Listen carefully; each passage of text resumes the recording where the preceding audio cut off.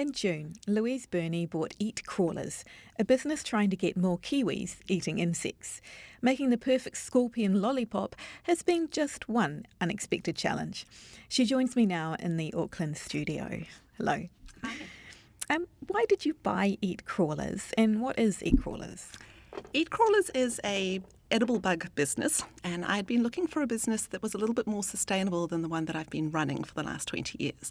I run Monty's Promotions, which is a promotional products and corporate apparel company, and while we try and work with sustainable products wherever we can, and we work with businesses that have ethical backgrounds like AS Colour and Gildan, we did sort of feel that there was a little bit of a mass-produced plastic side of things that you just couldn't get around. So I started looking at businesses, and when this one came along, it just seemed to tick the boxes that I needed.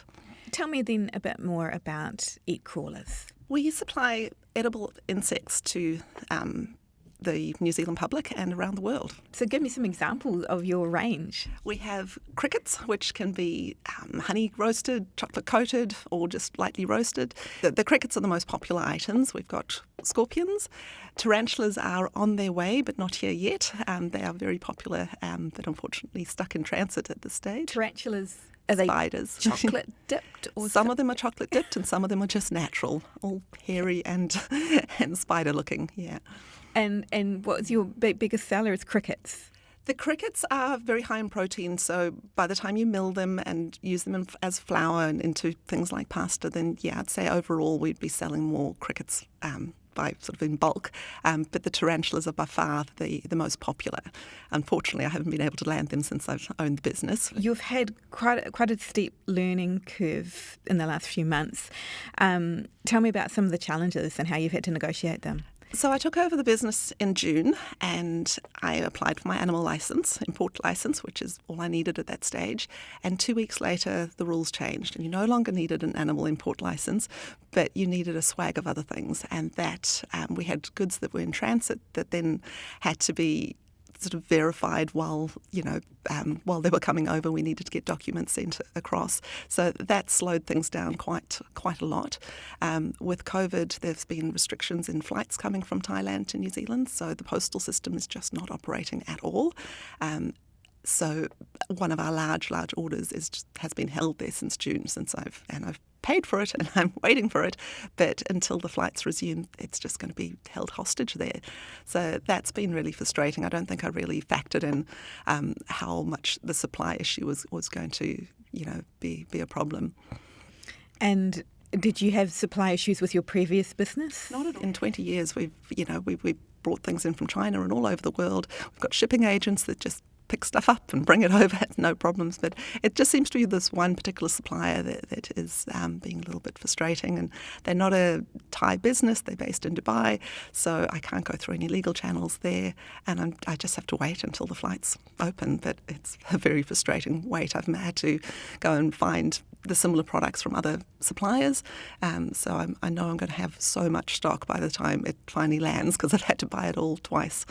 So how many suppliers are there? How established is this network of insect farms? It's huge overseas. New Zealand, the Eat Crawlers was set up in 2013 by Dan and Matt. They had been travelling around Thailand. They'd gone to markets and tried insects and decided to bring them back into New Zealand. And it's been quite a learning curve for the New Zealand public to really get their head around eating bugs. A lot of people, still want to do things like Fear Factor, and they're seeing the insects as in that light. And I think the Eat Crawlers is more of a novelty brand. We chocolate coat things. It's a fun and funky brand. But the side of the business that really attracted me to it was the Tomorrow Foods brands, which is ground up crickets. They're not looking at you. It's just powder. You can cook it like you use anything, whether you're baking or putting it in smoothies, it's just powder, but it's really high in protein. So as a sustainable product, it's a lot more viable than agriculture. You can sneak it into children's baking, for example. You can into anything. My children are very suspect about anything that I give them that they can't see all the ingredients. Stir fries, you can just sprinkle a couple of spoons of it. It's not going to change the taste. Crickets have quite a nutty flavour. Scorpions and things like that are quite salty, more like seafood. If you have an allergy to crustaceans, then you probably have an insect allergy as well. So people just need to know that. It's on all the printing if anyone reads the fine print.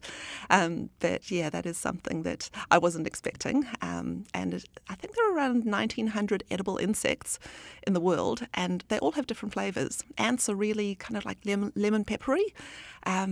So yeah, you can add them to your food and really change the flavours. You've also had some issues with the scorpion lollipops. Tell me about that. Now, when I bought the business, one of the discussions I had with the guys beforehand was about all the products that they make, because everything gets brought into New Zealand in its raw form, dried but raw, and then we add the seasoning or add the chocolate coating. And when it came to the scorpion lollipops, they kind of indicated that they were quite tricky, but you'd get the hang of it.